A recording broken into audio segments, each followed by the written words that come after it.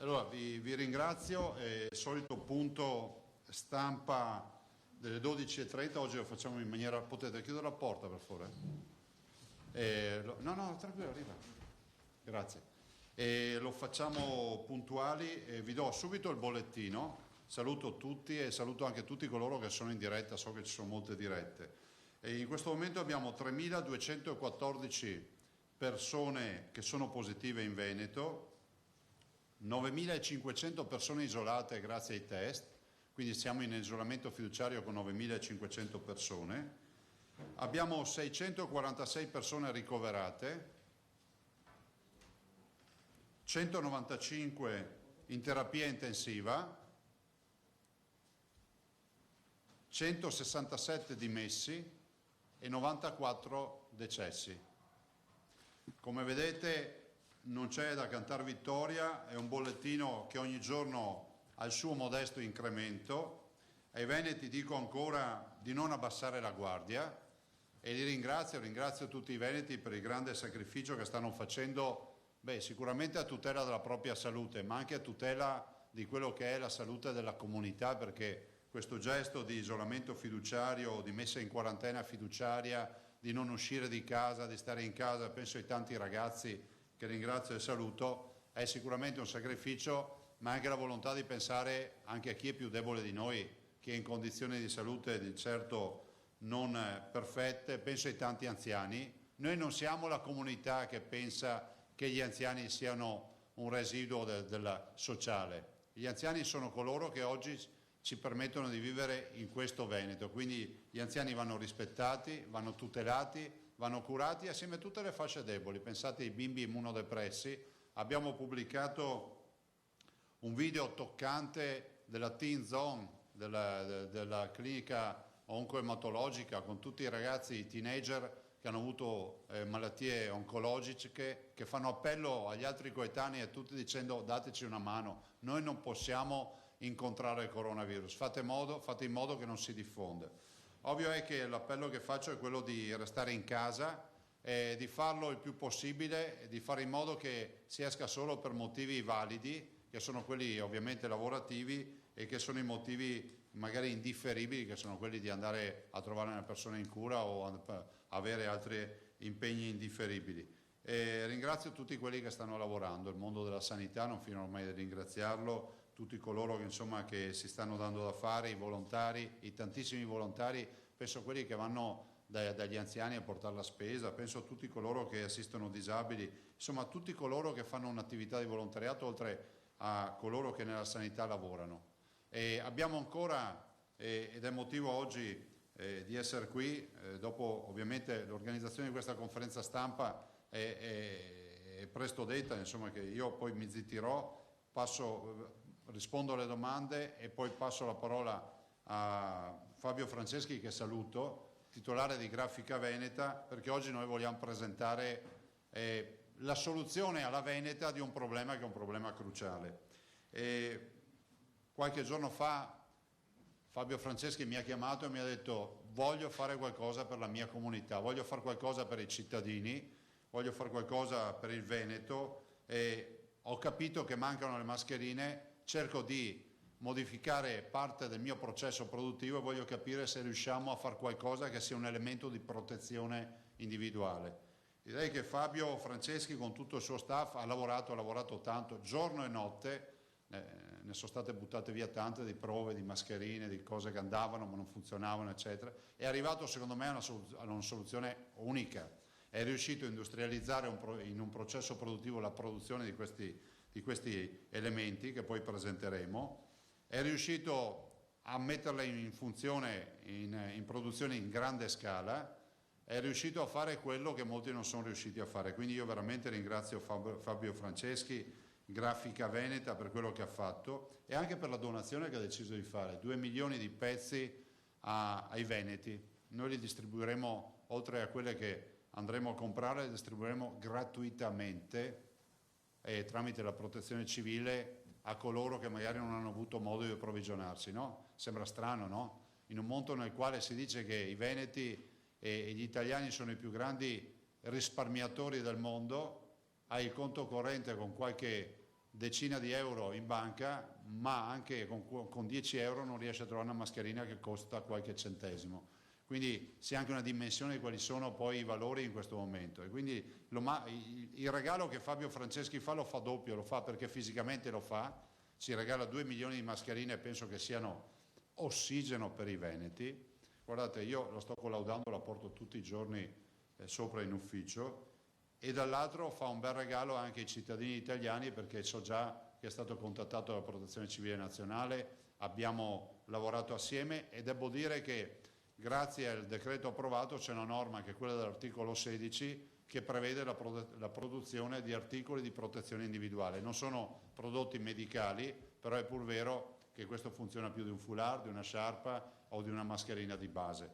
E io, guardate, passerei adesso la parola a Fabio Franceschi per presentarla, perché è giusto che la presenti lui e la faccia vedere lui. No, la facciamo, vieni qua al posto mio, ti cedo il posto.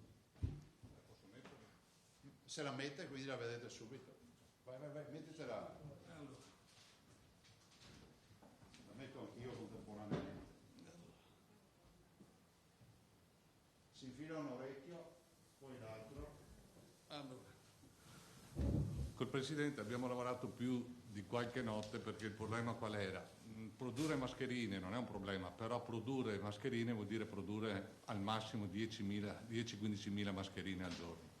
Le problematiche del nostro territorio, del Paese, è che servono almeno 3 milioni di mascherine al giorno. Quindi assieme al Presidente abbiamo cercato di trovare intanto un prodotto che prima, non so se avete visto, aveva una mascherina sicuramente molto più protettiva, però è difficile da portare. Nella quotidianità la maggior parte della gente non la utilizza. Allora assieme al Presidente abbiamo utilizzato la nuova normativa che ci dà la possibilità di produrre uno schermo protettivo, anche se questo è un tessuto eccezionale perché arriva ad avere una barriera molto molto elevata, e lavorando sui nostri processi produttivi siamo riusciti ad avere un processo che riesce a portare a una produzione giornaliera attualmente dai 500 ai 700 mila pezzi al giorno, per ipotizzare che nel giro di una decina di giorni se riusciamo ad arrivare al 1,5 milioni di prodotti. È un prodotto è un usa e getta, che quindi è una barriera che si può utilizzare ai supermercati in tutta la quotidianità, perché anche una mascherina importante dovrebbe essere utilizzata al massimo un giorno. Questa è una barriera che deve esserci sostituita almeno un paio di volte, 2 o 3 volte al giorno, ma visto che c'è una potenzialità di produzione importante, non è un problema. Stiamo lavorando comunque assieme al Ministero che penso nel giro al massimo di una settimana si poter definire questa una mascherina chirurgica di primo livello.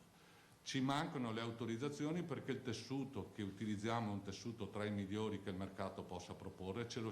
La problematica è stata trovare un produttore che ci dia le qualità, le quantità, ma più che altro la qualità del prodotto che ci serviva. Siamo riusciti quindi in una settimana a riconvertire il nostro processo, a ottenere un buon tessuto. Già da oggi abbiamo in consegna, penso, sui 800-900 mila pezzi di mascherine, che il Presidente ci dirà, o la Protezione Civile, dove veicolare, dove veicolare il prodotto. Noi abbiamo cercato di fare del nostro meglio per il nostro territorio. Tutto si può criticare, mi dicono anche la pietà del Michelangelo. Noi abbiamo fatto del nostro meglio e cerchiamo di soddisfare il territorio. Nel giro di qualche giorno miglioreremo sicuramente il prodotto. Questo è tutto. Volevo dire, intanto veramente ringrazio di cuore, perché Franceschi ha avuto il genio e le palle per fare un prodotto innovativo. Lui è il più grande stampatore di libri, però quando ha visto che il gioco si fa duro, i duri scendono in campo. Forse c'era Wellington, mi sembra, se non sbaglio, faccio sempre errori sulle citazioni, che diceva che quando Napoleone scendeva in campo è come scendessero 100.000 uomini in più. E Franceschi ha fatto la differenza, quindi grazie a lui, a tutto il suo staff. Io ho chiesto che vengano confezionate in confezioni da 25 distribuiremo direttamente, quante queste? 10 Queste sono 10, da 10, e quindi, anche perché sono più spesse, è vero, rispetto all'altro materiale. E quindi daremo i pacchettini alle persone. L'invito è, noi adesso distribuiremo questi 2 milioni, ovvio che non li possiamo portare a casa, ma insomma, tanto gli ospedali, perché vi avviso già che ho fatto mandare una circolare questa mattina, adesso arriverà in giornata, firmata dal dottor Mantoan, che chiediamo che entri solo un visitatore al giorno a fare visita al paziente, che rispettino gli orari e che siano bardati, che abbiano uno strumento di protezione individuale. Io spero che siano questi, piuttosto che mascherine che i cittadini hanno, oppure un foulard, qualcosa. Questo, guardate, non è una banalità, ma è una genialità. Io penso che Franceschi, mi perdono, lui è passato alla storia perché ha stampato tantissimi libri famosi, tra i quali Harry Potter, però penso che qui passerà la storia per essere l'uomo delle mascherine del coronavirus. E credetemi, io gliele ho testate come le ha testate anche lui. C'ha ormai le orecchie che sono a forma giuste per la mascherina. Quando le indosserete, l'unica roba è, ve vi faccio rivedere, perché è banalissimo, perché poi abbiamo pensato agli anziani e tutte le persone che magari non hanno molta manualità. Primo orecchio, si fa uscire bene l'orecchio, poi si tira, vedete? Perché è consistente e morbida contemporaneamente. Si tira e si va al secondo. Eccolo là. Cioè io la porto in ufficio, sopra la porto anche ore. L'ho portata ore per testarla. Non si inumidisce, non fa aloni, e questo ci permette di dire, perché è molto aderente al mento, che non dà modo di uscire, è come una mascherina chirurgica. A mio avviso lui dovrà produrre le mascherine per tutti. E comunque io voglio che i veneti siano protetti, per cui grazie a Fabio Franceschi, e Franceschi ci teneva assieme a me a omaggiare i primi pacchetti ai giornalisti, così le utilizzate e le recensite anche in maniera positiva. Capite che qui c'è genio e la creatività veneta, tutta veneta, di Franceschi. Spero che siano meno cattivi possibile. Una domanda tecnica si può fare sulla Sì, sì, il tessuto, che tessuto È un tessuto, non tessuto. dateli ai giornalisti. Guardi, tecnicamente so che è un tessuto, non tessuto. È il quinto tessuto che facciamo produrre per arrivare ad essere un tessuto che si può certificare. Sì. Dovremmo avere certificazioni entro giornata ormai. Devo dire una cosa che Franceschi non lo dice, ma qui di prove ne ha fatte veramente tante. Penso che siano andate via camionate di materiale in prove, anche perché ogni prova prevedeva poi scatoloni che testavamo, provavamo. A oggi abbiamo buttato via più di 500.000 di mascherine non ritenute. Per dire, se Carlo Parmigiani, lo guardate, sta portando una delle prove, Parmigiani sta portando una delle prove intermedie, tanto per dire. Domande, ragazzi, prego. ancora su questo perché Sì. ci interessi davvero tanti. E siccome queste mascherine finora non si provavano da nessuna parte, perché le avete cercate in tutto il mondo, ma insomma se non si provano, vale il discorso della distribuzione con la gerarchia che avevamo detto, ospedali, case di riposo, medici di base. Ospedali per gli utenti, non è una mascherina medicale in questo momento, solo per i cittadini. Articolo 16 del decreto legge. E saranno distribuite attraverso la protezione civile. Sì, Alpini, protezione civile, guarda, noi adesso il signor Franceschi ce ne dà 2 milioni e questi sono un omaggio che fa a noi. Dopodiché, in base alla distribuzione e all'effetto, cercheremo di comprarne anche. So che lui è già stato intercettato da altre realtà, però insomma ha un vincolo, diciamo, come si può dire, di passione e di amore per sta terra, e sa che un magazzino per i veneti ci vuole sempre. E a parte appunto gli stock donati da e che costo avranno sul mercato ragionevolmente? Se qualcuno vuole Stiamo valutando il problema qual è? Il problema non è la produzione, è il tessuto, perché se uno usa certi tessuti il costo è quasi irrisorio. Se uno vuole una mascherina che si possa definire uno schermo protettivo di qualità, stiamo oggi lavorando con i produttori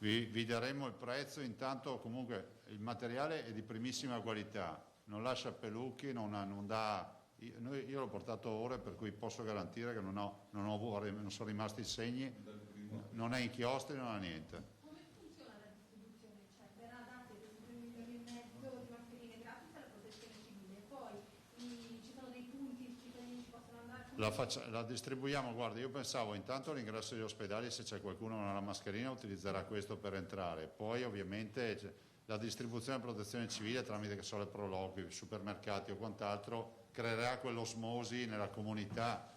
Non siamo nelle condizioni, a parte numericamente come quantità, di portarle in tutte le cassette della posta. Dopodiché adesso immagino che tutti vorranno la mascherina della regione, si sappia che ne abbiamo solo 2 milioni, i veneti sono 5 milioni. E poi anche dico, siccome ce ne sono 10 in un pacchetto, magari cercate di darle anche vicino di casa, di aiutarvi, e che non diventi un gadget, perché sennò ne dobbiamo fare 100 milioni prima di vederle in giro.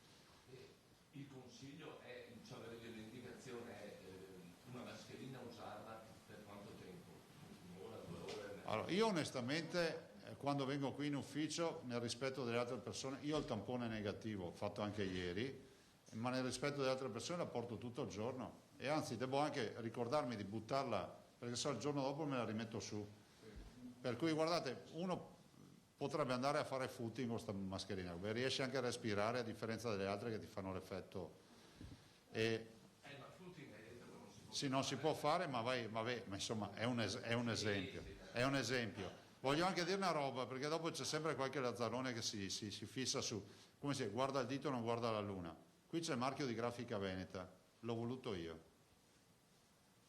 Chiaro? Perché non volevo neanche metterlo. Però un uomo che dedica anima, cuore al Veneto e che regala 2 milioni di mascherine, gli ho detto devi mettere il logo, e quindi che sia chiaro che qualcuno non vada a romanzare su ste robe, perché mi incazzo.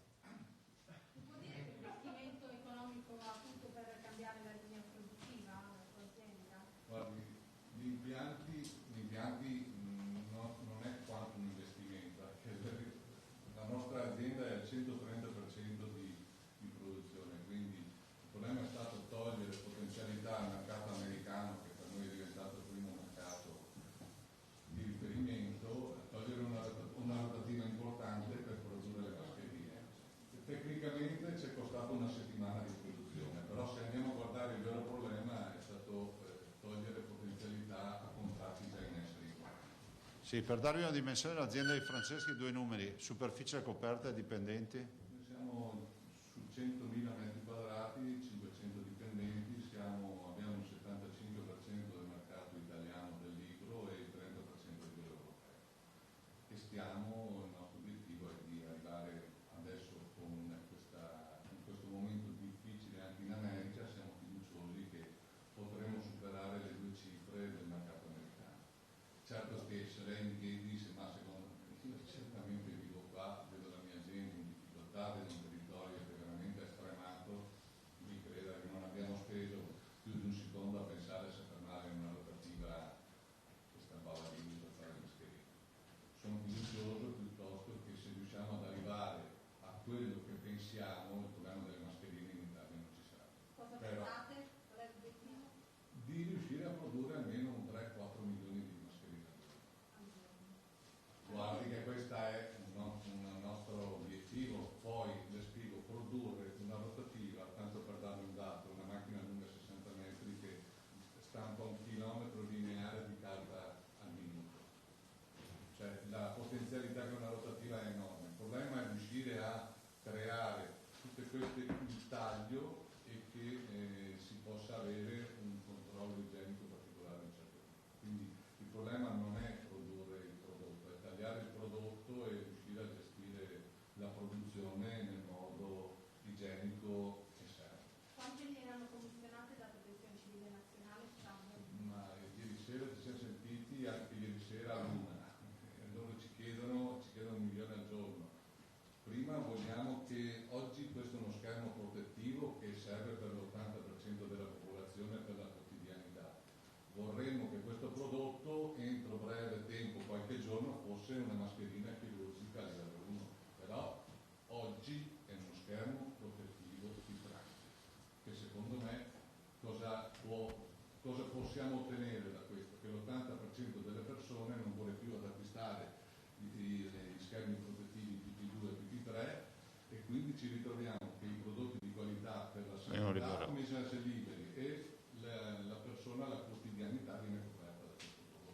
che anche secondo me è molto più comodo di tante altre. Sì. Un'ultima cosa, cosa manca perché diventi mascherina chirurgica per l'autorizzazione ad averla? 2 esami e 2 giorni al ministero.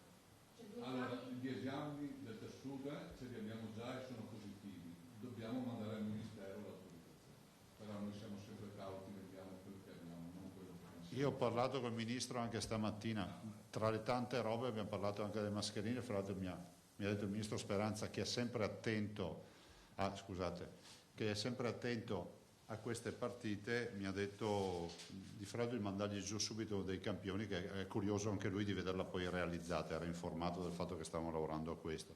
Tu te la sei messa com'è? Ottimo. Non raccontavo balle? No, assolutamente. Oh. Sono anche un po' grandi, però sono riuscito anche Ma che abbiamo ancora tutte le recce. Bene, altre domande e poi chiudiamo. I quotidiani. Prego. Là Fabio, proprio. mettitela su. Dopo facciamo foto. foto. Che rivolgono tutti i cittadini fondamentalmente, come verranno distribuite, dove, cioè, diciamo, Guardate, siamo in emergenza, siamo in guerra, la distribuzione la facciamo grazie ai volontari della protezione civile e degli alpini, verranno distribuite per i paesi, fuori dai supermercati, insomma, facendo in modo che ci sia un minimo come l'ho definita prima, osmosi, che ci sia comunque un minimo di penetrazione nel territorio di 2 milioni di pezzi, che non sono pochi. Cioè 2 milioni di pezzi in teoria dovrebbero bastare un pezzo a famiglia, abbiamo poco più di 2 milioni di famiglie in Veneto. Però poi insomma, se non bastano siamo pronti subito a commissionarne, ovviamente pagandole, a meno che non ce ne siano altri di regali. Prego. Scusi, che materia sappia, il Veneto è l'unica regione Sì. d'Italia che si è Sì. autodichiarata per dare. Beh sì, su questa... ma Francesca ha fatto innovazione di prodotto e anche di processo, qui ce ne sono 2. Di processo perché una macchina da stampa fa mascherine, 2 di prodotto che voi quando ce l'avrai in mano sentirai, cioè, è seta, cioè, e poi è resistente. Cioè, vorrei ricordarvi che le grandi discussioni che facevamo, la sentite? Non è stato clemente nei primi modelli, no? No, cioè, è in merito tutto suo, prego. Posso andare con i quotidiani un attimo? Sì, dai, che poi chiudiamo. Una domanda a posto. Prego. Posso fare una domanda extra mascherine? O siamo Sì, stiamo qua adesso. Un attimo, finiscono un attimo i colleghi che poi facciamo un altro giro Sì, con ok. Filippo. Ok. Ora, all'agenzia ANSA ovviamente si va su altri temi. Quanti pazienti in Veneto sono sottoposti alla sperimentazione del famoso farmaco Torgiliflumab? No, non lo sappiamo, ma noi stiamo sperimentando non solo quello e le attività di sperimentazione, insomma, cioè, ci fanno ben sperare, sia per il farmaco per l'artrite reumatoide che stiamo utilizzando che altre sperimentazioni. E aveva lanciato un appello contro i falsi addetti ai tamponi. Possiamo sapere come verranno fatti i tamponi? Sì, vorrei chiarire una cosa sui tamponi. Primo, io non ho mai detto che lo facciamo in tutti i Veneti, anzi ho anche detto, mi ricordo, che è impossibile da un punto di vista di tempistica, voi ve lo ricordate che eravate qui. Secondo, lo facciamo secondo criteri epidemiologici, partendo dalla messa in sicurezza dei nostri dipendenti del mondo della sanità e delle case di riposo. Terzo aspetto, non è che andiamo appunto con criteri di dire voglio il tampone, il criterio è quello dell'isolamento fiduciario, del caso positivo o sintomatico e del fatto che a cerchi concentrici, ma poi il professor Crisanti penso che tra domani e dopodomani presenterà tutto il progetto, vi dirà con esattezza quale sarà la modalità. L'ultima domanda dell'ANSA è vero che si pensa di requisire i respiratori veterinari? C'è da stamattina un quotidiano.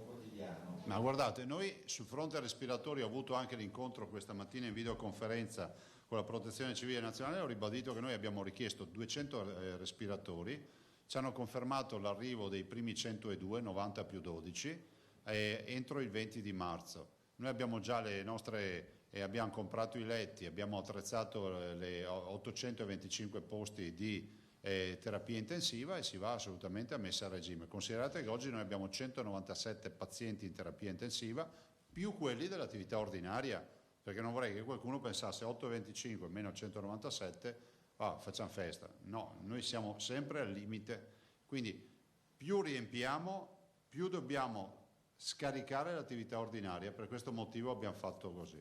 Sia a Sant'Orso che a Monselice le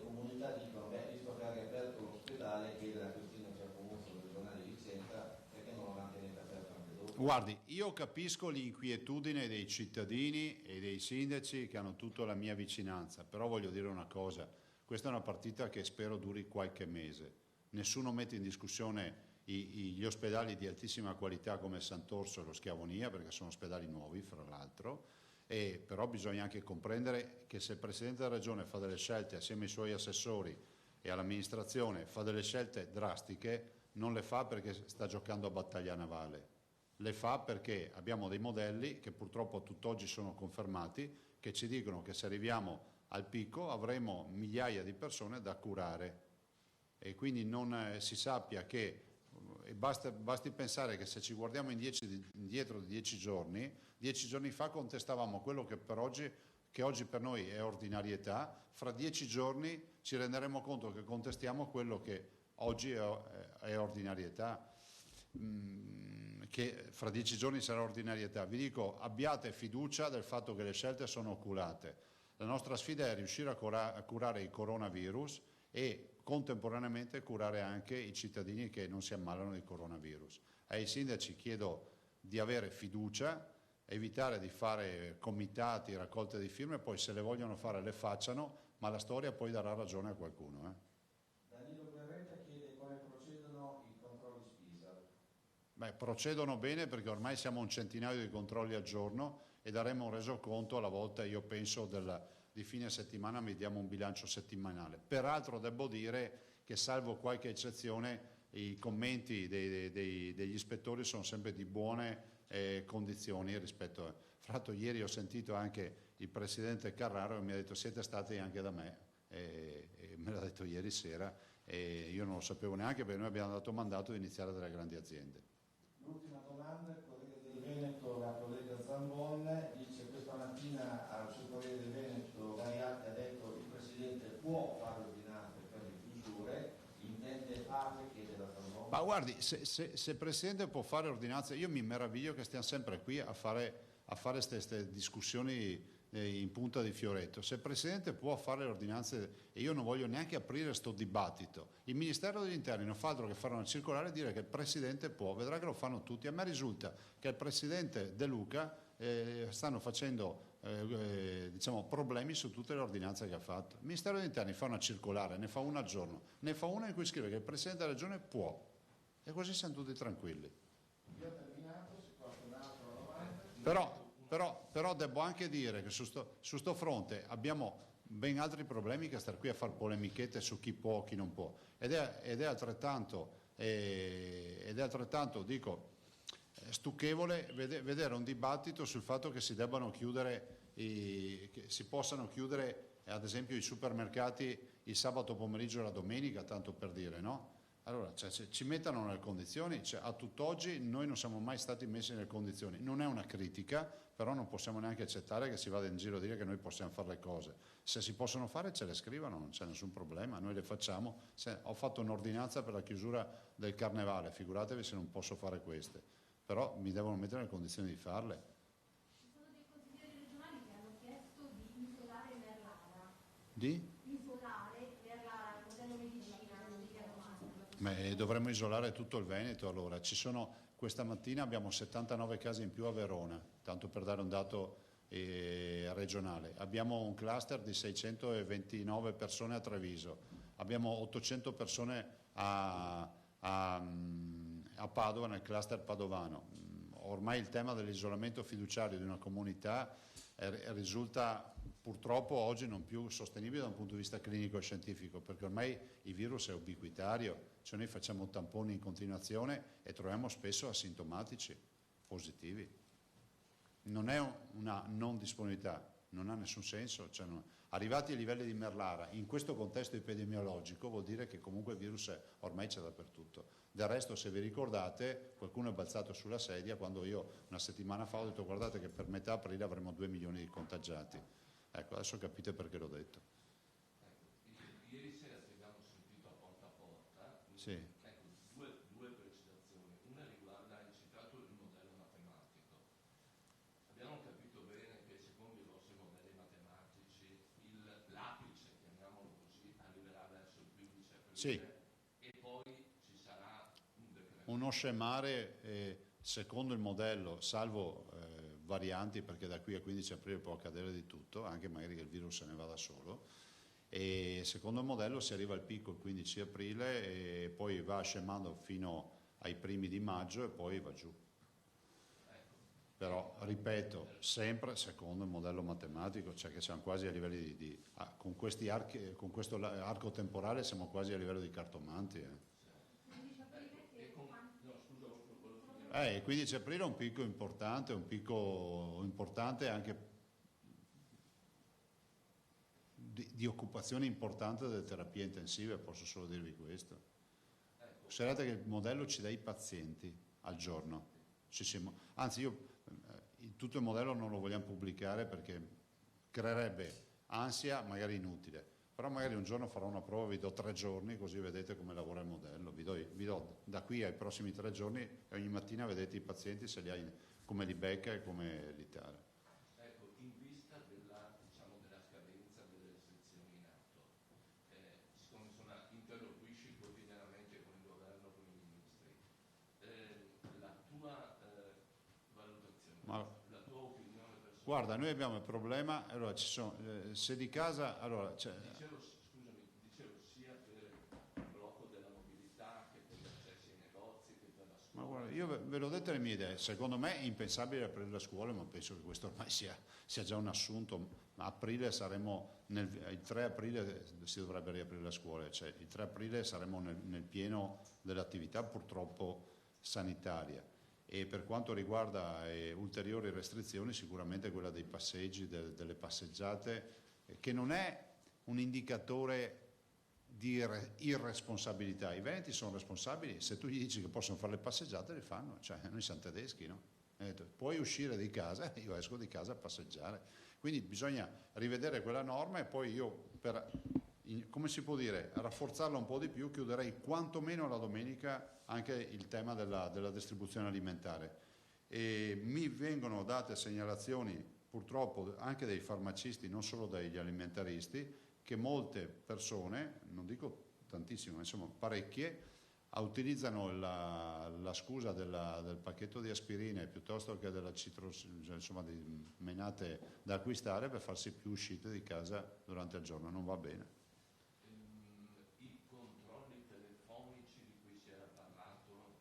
Ma guardate, noi abbiamo offerte fin dal primo giorno, peraltro devo dire che ci siamo anche interessati il primo giorno con la storia dei contagiati di Vol per ricostruire i percorsi, però c'è un tema di privacy, c'è un tema di procure, c'è un tema di ipotesi di reato, cioè tu non è che puoi andare a indagare sui movimenti di una persona se non c'è un'ipotesi di reato, per cui ci sono i software, ve lo confermiamo, noi li abbiamo visti, ma ce li abbiamo visti ancora un mese e mezzo fa, ancora quando è stata dichiarata lo stato di emergenza con la nomina di Borrelli. In Veneto ce li hanno offerti i software, però giustamente poi c'è sempre il limite della legge, perché noi non possiamo controllare così, a meno che non ci sia una legge che lo autorizza in questo momento, controllare così gli spostamenti dei cittadini. Sì, io mi riferivo a quelli in isolamento volontario, non a tutti. Sì, no, ma lui dice di controllare i percorsi, no, dice proprio di mettere un software che controlla lo spostamento delle persone. Appunto. Sentivo che in Lombardia lavorano sulle celle telefoniche. Sì, guardate, si sentono un sacco di robe, io vi ho già detto la risposta, dopodiché per carità magari si riesce a trovare anche la soluzione giuridica, ma ad oggi la vedo veramente difficoltosa. Ve lo dico perché ho provato un mese e mezzo fa. Prego. Volevo chiedere, Presidente, rispetto al riferimento di prima a un previsto picco d'età aprile attraverso modelli matematici, se e quanto questi modelli sono collegati o derivano dall'esperienza di Bo. Ma no, i modelli sono costruiti, dirò che sono anche costruiti in maniera molto autonoma, ad esempio non abbiamo mutuato esperienze particolari, sì, sono stati studiati i modelli ad esempio di Wuhan, questo è un modello che è stato studiato, ma oggettivamente la nostra situazione epidemiologica e clinica è molto diversa e anche sociale, per cui il modello è stato calibrato e viene perfezionato di giorno in giorno in base ai dati che raccogliamo. Ovvio che voi è stata una base, però voi è stata una base in quarantena, per cui è un modello che funziona fino a lì, perché il resto del Veneto non ha una quarantena oggettiva come l'ha avuta Vo. Poi è passato da 67 contagiati asintomatici, 66 contagiati asintomatici, non tutti asintomatici, 11 erano sintomatici positivi, a 6, ma in una condizione di totale cortina fumogena. Il Veneto invece ha non ha la quarantena, per cui il modello è calibrato su questo. Guardate, oggi, per dirvi, non ho il telefono, oggi noi stamattina avevamo 196 persone in terapia intensiva, e i due modelli che abbiamo, uno dava, prova a dire i due dati che dava di oggi. Comunque, tanto per capirci, noi siamo indietro di 24 ore rispetto al modello. Cioè il modello i dati che noi abbiamo oggi ce li dava ieri mattina. Giusto? Sì, 195, ieri dava 190. 5 pazienti di differenza. No, il modello è fatto benissimo, guardate, alla fine dovremmo dare un premio a chi ha fatto questo modello. Fatto tutto internamente in regione. Altro? Prima ancora una domanda, non so se possa essermi sfuggito, ma il costo delle mascherine è stato detto? Ti è sfuggito? Ecco, sì. Nel senso che non c'è. No, però questa è una prima tranche e poi... No, nel senso che non c'è, ha detto prima, ci sia detto che devono ancora apprezzarle. Un'ultima cosa, sono arrivati i cinesi a Parma, Sì. la delegazione cinese. Sì, sì. Sono qua anche per verificare un eventuale fabbisogno di materiale sanitario. Voi farete delle richieste? Ma guarda, noi abbiamo delle offerte da molte comunità cinesi, siamo in rapporti con il governo cinese per contatti che abbiamo. Ci sono delle donazioni, ma il vero tema è che noi stiamo attendendo di vedere se riusciamo a mettere insieme alcune donazioni importanti che abbiamo di mascherine, per capirci, qualche respiratore, e anche un acquisto importante, se riusciamo, su Cina, perché l'aereo ce l'abbiamo pronto a Verona, è pronto per partire, un 787, quindi caricheremo tutta la stiva più tutto diciamo, la parte passeggeri di scatoloni, quindi riusciamo a caricare, dai calcoli che abbiamo, 40 tonnellate di materiale. Però abbiamo un problema di far trovare tutto il materiale in un aeroporto e poi di avere, come si può dire, chiarezza sul fatto che l'aereo possa tornare indietro, perché voi sapete che lì, se noi mettiamo piede, abbiamo la quarantena d'ufficio. Quindi non possiamo permetterci che ci venga fermato l'aereo in quarantena con i piloti. Sono lì pronti per partire, sono lì ormai da 4 giorni. C'è una persona che sta lavorando per capire se riusciamo a riempire l'aereo. Per aprile non dobbiamo aspettarci allora allentamenti di nessun tipo? Secondo me no, ma io la vedo impraticabile proprio. Guardate,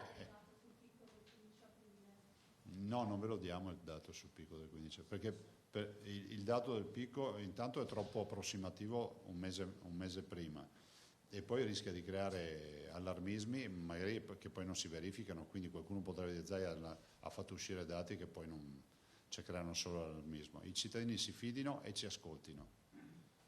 Altro? Sì, Presidente, scusa, un'altra domanda. Il sindacato di polizia ha chiesto la scrittura alla lettera per chiedere se questi tamponi possono essere eseguiti agli agenti che sono in strada, lavorano prioritariamente. Sì, ma cioè, stiamo valutando anche questo, però ricordiamo che la nostra capacità a regime sono 13.000 tamponi al giorno più quelli che riuscirà a fare il professor Crisanti.